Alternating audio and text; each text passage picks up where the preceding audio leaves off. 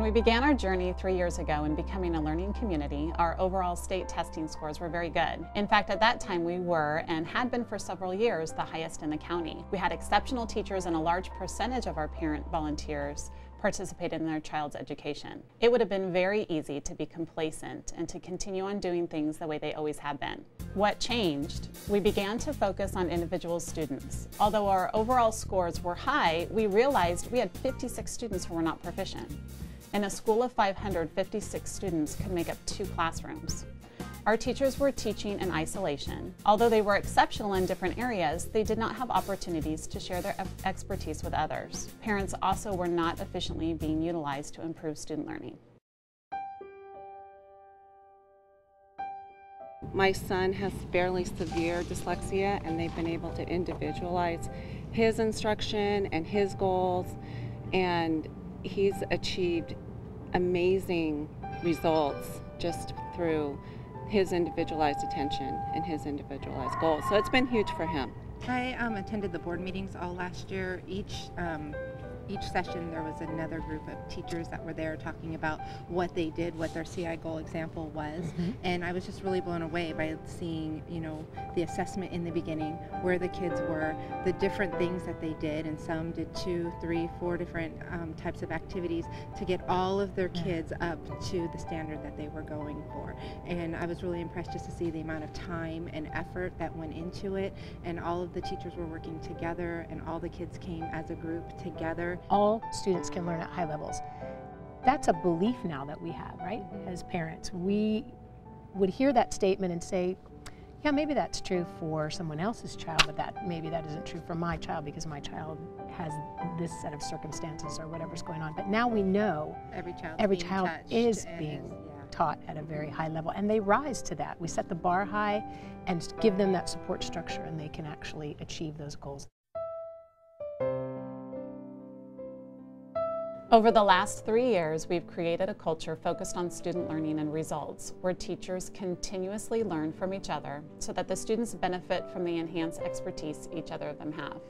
Every 2 weeks, teachers meet with the school day to analyze data, create a SMART goal for a gap they've identified, and develop shared research-based strategies.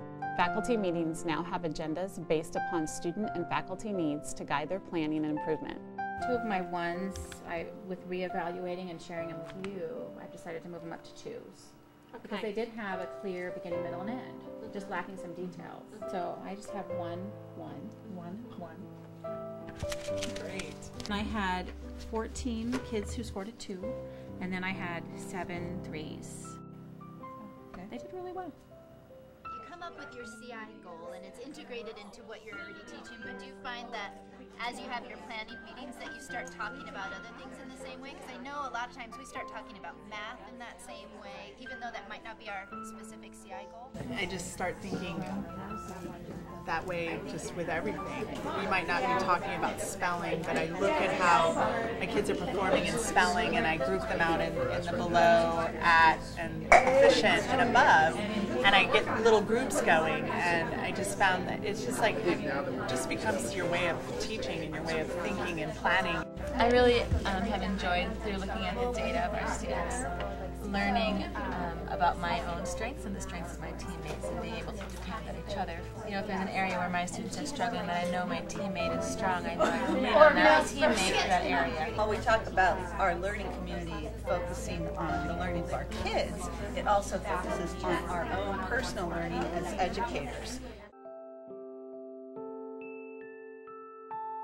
I just find that it gives our team a good focus for the year, that as we come up with our own classroom SMART goals, that we're able to keep that in mind and also pull off of the other teams and what they're doing in their classroom. I think too it provides school unity. We can lean on each other, and we have that commonality amongst the whole school. Coming up with the goals, you get specific strategies for what to do to serve all levels of students as well. I think it really focuses us on our standards to make sure that we're tying those in and really addressing those properly with our students, and then we can look across the grade levels and make sure that we are all hitting on the same topics. Once you have that data and then you share strategies beyond, then you can really mold your enrichment time to, bump up those learners who are proficient, make sure that those on-level learners are getting what they need, and most importantly, those students that are not meeting the goal, that you can work with each other with the data during that enrichment block to really get everybody where they're supposed to be. One of the most powerful things with school-wide SMART goals is the adult part of the learning. Being able to go to your colleague and say, this worked for me or this didn't work, and then being able to use them as a resource. Having those adult human resources is very powerful. Being able to share kids and showing your vulnerability that you need help with something as well. Classroom kingdoms they're so lonely, and I know sharing all the kids in the school, but sharing all the kids in 4th grade as well. For me, it's a 3-for-1 special. I'm able to use my team and my partners to totally teach all the kids. So rather than it all being on my head, personally in my own little kingdom of my classroom by myself, I have, 3 of us.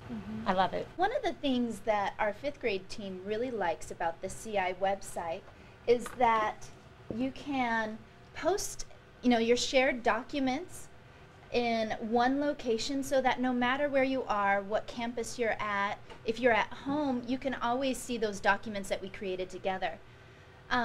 Another thing that we really like to use, and you can see right up here on the board, is our meeting agendas, where we post what we're going to be discussing at the next team meeting so everybody can come prepared.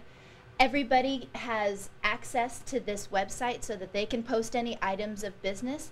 And then once decisions are made and responsibilities are split up, we can record it in one place. And so it's just a go-to location for our team. It is nice to be able to go, oh, well, what's 3rd grade doing? What's 1st grade doing? And how can we utilize that? Well, best practices for grading and having the opportunity to talk with our teams and, again, find that commonality and work together, and to ensure that the grades or the scores communicate student learning and communicate what I need to teach or reteach or hit a little harder. So it just ensures that grades communicate what they're meant to communicate and keeps behavior out of the grading. It's a true reflection of student mastery of material, not homework or practice work. It's really the end goal.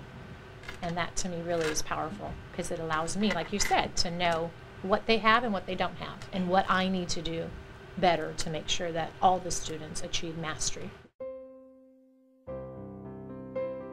Our intervention teachers train parent volunteers on best practice interventions to work alongside the teachers in the classroom.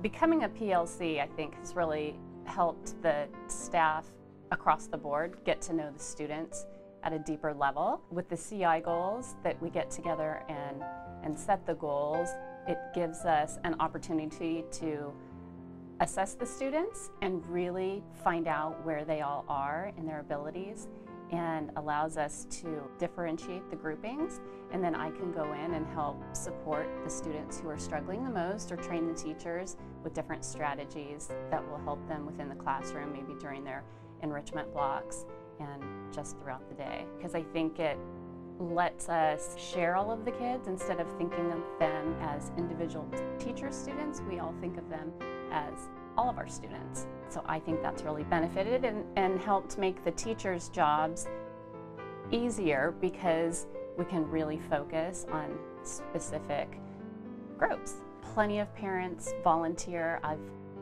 brought them in and trained them to do different research-proven strategies and programs, and they'll push into the classrooms and help the teachers with students of all ages, even kids that these parents don't even have in their classes. They're willing to go into other classrooms. We've reached out to the community. We have some retired teachers, retired bankers that have come in and been willing to be trained and help the students as well. It's been amazing.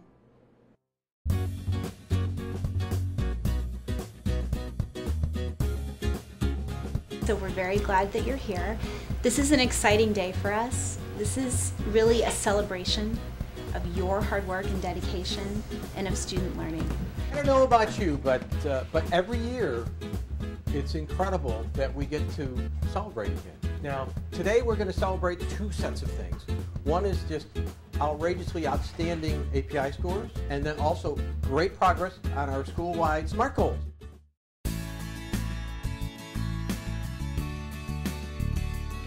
So as we look to the future, the question really becomes, how can we continue our culture of continuous improvement and keep the focus on student learning and on results? This year, all of our grade levels have begun to have an enrichment block during which we can enhance our targeted research-based classroom interventions, provide enrichment for students who need it. We'll continue with our peer observations, our instructional walkthroughs, and we have instructional coaches who provide curricular and assessment support and teach demonstration lessons. All of these are ways to have job-embedded professional development on a continuous basis. And then we really need to look at having regular evaluation of our professional learning. Is it helping us truly to assist our students in meeting their academic standards? We need to continue to utilize the professional expertise of the educators that we have.